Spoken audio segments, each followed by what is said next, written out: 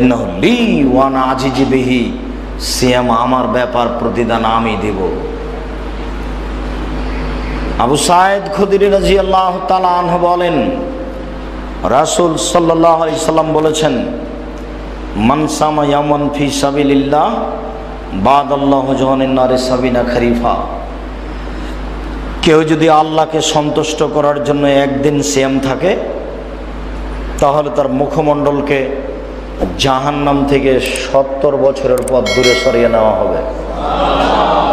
তিনি বলেন, মান সামা ইয়াওমান ফি সাবিলিল্লাহ বাদাল্লাহু ওয়াজহাহু আনিন নারে মিআ সানা।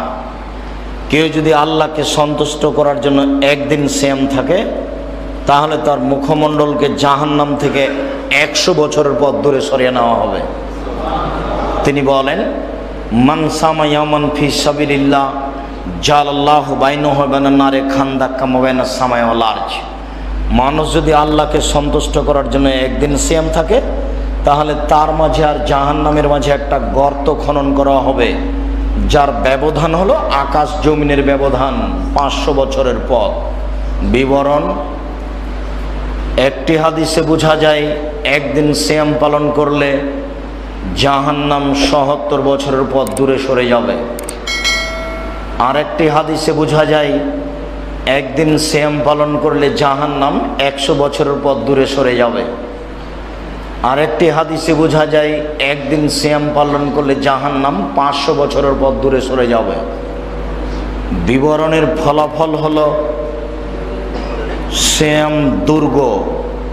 যদি মানুষ একদিন সিয়াম পালন করে, তাহলে এই ব্যক্তি আর জাহান্নামে যাবে না, এটা দুর্গ হয়ে গেছে। সব হাদিসের বিবরণ হলো সে জান্নাতে যাবেই। সম্মানিত মসজিদের দিনী ভাই, সিয়াম। আবু হুরায়রা রাদিয়াল্লাহু তাআলা আনহু বলেন, রাসূল সাল্লাল্লাহু আলাইহি ওয়াসাল্লাম বলেছেন, সালাসাতু আইয়ামিন মিন কুল্লি শাহরিন কানাকা সিয়ামিদ দাহরি কুল্লিহি। মানুষ যদি প্রতিদিন সিয়াম পালন করে 13, 14, 15, তাহলে সে সারা বছর সিয়াম পালন করলে জানে কি হয় তাই হবে। বলছিলাম নফল সিয়াম। কেউ যদি প্রতি মাসে 13, 14, 15 3টি সিয়াম পালন করে, তাহলে সে সারা বছর সিয়াম পালনের নেকি হবে, পাবে। যেসব মহিলারা ঋতুবতী, ঋতুর কারণে যদি তার পিরিয়ডের কারণে যদি তার 13, 14, 15 সিয়াম ছুটে যায়, তাহলে সেই মাসে যে কোনো দিন 3 দিন করে নিবে, তাহলে তার এই ফল হয়ে যাবে। আবু হুরায়রা রাদিয়াল্লাহু তাআলা আনহু বলেন, রাসূল সাল্লাল্লাহু আলাইহি ওয়াসাল্লাম বলেছেন, সিয়ামে ইয়াউমে আশুরা আহতাসিবু আলাল্লাহি আই ইউকাফিরা সানাতি কাবলাহু।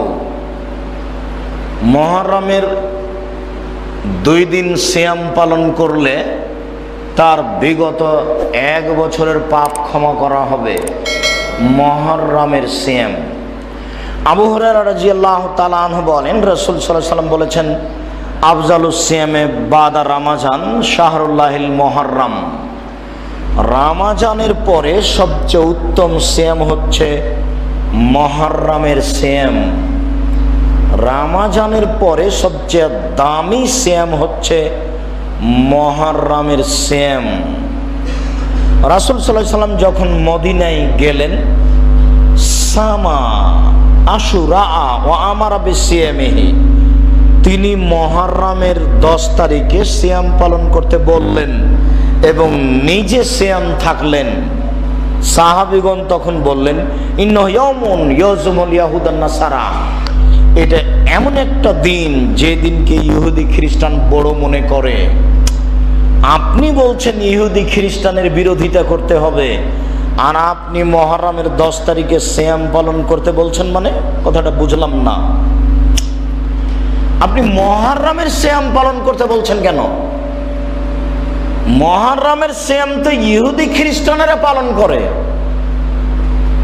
আল্লাহ রাসূল যখন মদিনায় গেলেন, দেখলেন যে মদিনার ইহুদিরা মুহররমের 10 তারিখে সিয়াম পালন করে। তাহলে নবী বলেন যে কেন?